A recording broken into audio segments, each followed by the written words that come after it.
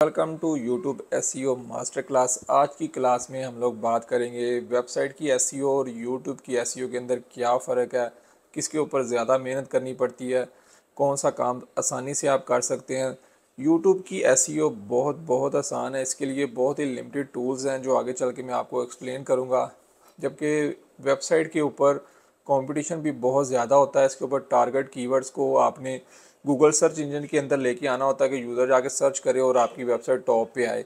तो इसके लिए एसईओ करनी पड़ती है। एसईओ होती क्या है? Search engine optimisation. क्या आपने सर्च इंजन यानी कि गूगल, बिंग सर्च इंजन को इस तरह ऑप्टिमाइज़ करना है कि आपकी वेबसाइट जो है ना सबसे ऊपर शो हो। कोई भी बंदा अगर आके चीज़ सर्च करता है, अगर आपकी वेबसाइट टॉप पे आ रही होगी तो आपको वहाँ से अच्छा खासा रेवेन्यू भी जनरेट होगा, ऑर्डर्स मिलेंगे। जितना अच्छा आप अपनी वेबसाइट को ऑप्टिमाइज़ करेंगे, आपकी वेबसाइट जो है ना गूगल के अंदर नंबर 1 पे आ रही होती है, तो सबसे ज़्यादा फिर ऑर्डर भी आपको मिलते हैं और अच्छा खासा आप रेवेन्यू भी जनरेट कर सकते हैं एसईओ की मदद से। लेकिन आजकल जो ट्रेंड है, लोग एडवर्टाइज़ करके भी अपनी वेबसाइट्स को नंबर 1 पे ले आते हैं। लेकिन जो एसईओ से ट्रैफिक और रेवेन्यू जनरेट होता है ना, वो आपको लाइफ टाइम के लिए होता है। लोग बहुत ज़्यादा पैसा लगा के इतना अच्छा रेवेन्यू जनरेट नहीं करते, लेकिन क्लाइंटेज बना लेते हैं। क्लाइंट अगर आपकी सर्विसेज अच्छी हैं तो क्लाइंट ही आपको मज़ीद क्लाइंट देता है। अगर आपकी एसईओ अच्छी है तो ये आपको क्लाइंट क्लाइंट आते ही रहेंगे और आपको पैसा भी नहीं स्पेंड करना पड़ेगा और आप अच्छा खासा जो है ना रेवेन्यू जनरेट करते रहते हैं। तो एसईओ 3 तरह की होती है: black hat SEO, white hat SEO और ग्रे हैट एसईओ। सबसे पहले मैं आप लोगों को बताऊंगा वाइट हैट एसईओ क्या होती है। वाइट हैट एसईओ जो बिल्कुल गूगल वाले हमें रिकमेंड करते हैं, हम गूगल की पॉलिसीज़ के मुताबिक उनको फॉलो करते हैं। गूगल के अक्सर एल्गोरिथम अपडेट्स होते रहते हैं, कभी कौन सा अपडेट आ जाता है एसईओ से। ऐसी वेबसाइटों को पनिशमेंट मिलती है कि उनको, अगर वो पहले नंबर पे आ रही होती है ना, तो उनको पनिशमेंट मिलती है। उनकी वेबसाइट 2-3 महीने तक जो है ना सर्च इंजन से गायब कर दी जाती है अगर आप उसको गलत तरीके से लेके चलते हैं। वेबसाइट की जो एसईओ है उसके अंदर दो चीज़ें आ जाती हैं: ऑन पेज एसईओ होती है और ऑफ पेज एसईओ होती है। ऑन पेज एसईओ के अंदर आपने टाइटल, डिस्क्रिप्शन और वेबसाइट को ऑप्टिमाइज़ करना होता है कि जो गूगल का सर्च इंजन का जो बॉट है वो आपकी वो वेबसाइट को अंडरस्टैंड कर सके कि इसका टाइटल क्या है, ये किस चीज़ से रिलेटेड है, ये कौन सी नीच है, इसको किस लोगों को दिखाना है। उसका बॉट आके वो उन चीज़ों को पढ़ता, वो ऑन पेज एसईओ होती है। ऑफ पेज एसईओ के अंदर आपने वेबसाइट के हट के आपने उनको सबमिट करना होता है गूगल सर्च इंजन के अंदर, बिंग के सर्च इंजन के अंदर और बहुत ज़्यादा मुख्तलिफ डायरेक्टरीज के अंदर जाके वो ऑफ पेज एसईओ के अंदर आ जाता है। टेक्निकल एसईओ हो जाती है, उसके अंदर आपने काफ़ी ज़्यादा चीज़ें ऑप्टिमाइज करनी होती हैं। एक्सएमएल साइट मैप जनरेट करना होता है। इसके अलावा और भी काफ़ी टेक्निकल काम होते हैं जो एसईओ के अंदर करने पड़ते हैं, जिनके लिए पेड टूल्स आपको चाहिए होते हैं टेक्निकल वर्क करने के लिए। और आपने प्रीपेड सर्च करनी होती है कौन से कीवर्ड के ऊपर कितनी ट्रैफिक आ रही है, कितना रेवेन्यू हम लोग जनरेट कर सकते हैं। आपने उन कीवर्ड्स को प्लान करना होता है कि हमने इन कीवर्ड्स को टारगेट करना है और ये कीवर्ड्स जो गूगल पे सबसे ज़्यादा टॉप पे आ रहे हैं, ये किन कंट्रीज़ के अंदर सबसे ज़्यादा ऊपर आ रहे हैं और हम किस कंट्री को टारगेट कर रहे हैं। ये ना हो कि चीज़ पाकिस्तान में आप बेचना चाह रहे हैं और वो इंडिया और यूएसए में आप टारगेट करवा रहे हैं, तो वहाँ तो आप ऑर्डर नहीं भेज सकेंगे। अगर आपका ब्रांड बहुत बड़ा हो चुका है तो फिर आप इन कंट्रीज़ को भी, दूसरे कंट्रीज़ को भी टारगेट कर सकते हैं। इसके अलावा फिर आ जाती है black hat SEO. Black hat SEO ऐसी होती है कि जो आप लिमिटेड टाइम के लिए बूस्ट अप करते हैं अपनी वेबसाइट्स को। उन कीवर्ड को आप एकदम से गूगल के अंदर सर्च इंजन में ले आते हैं कि देखें ना, मैंने वाइट हैट एसईओ की 2 साल लगाए, इतना पैसा लगाया उसके ऊपर, मेहनत की, वो मेरी जो वाइट हैट एसईओ ना, मेरी वेबसाइट गूगल पे आ गई पहले नंबर पे। वाइट हैट एसईओ के अंदर ये होता है कि वो लाइफ टाइम के लिए आपकी वेबसाइट सर्च इंजन में रहती है।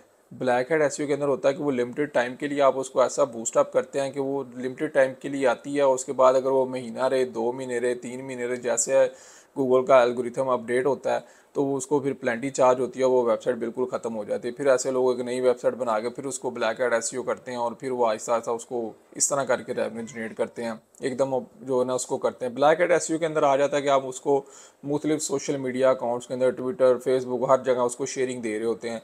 तो एकदम से उस सिग्नल आ रहा होता है कि ये बहुत ही वेबसाइट हर जगह से उसको ट्रैफिक मिल रही है, ट्विटर से भी, और गूगल का जो एल्गोरिथम है उसको ऊपर लेके चला जाता है कि ये इसको फेसबुक से भी ट्रैफिक आ रही है, इसको ट्विटर से भी आ रही है, इसको लिंक्डइन से भी आ रही है, इसको यूट्यूब से भी आ रही है।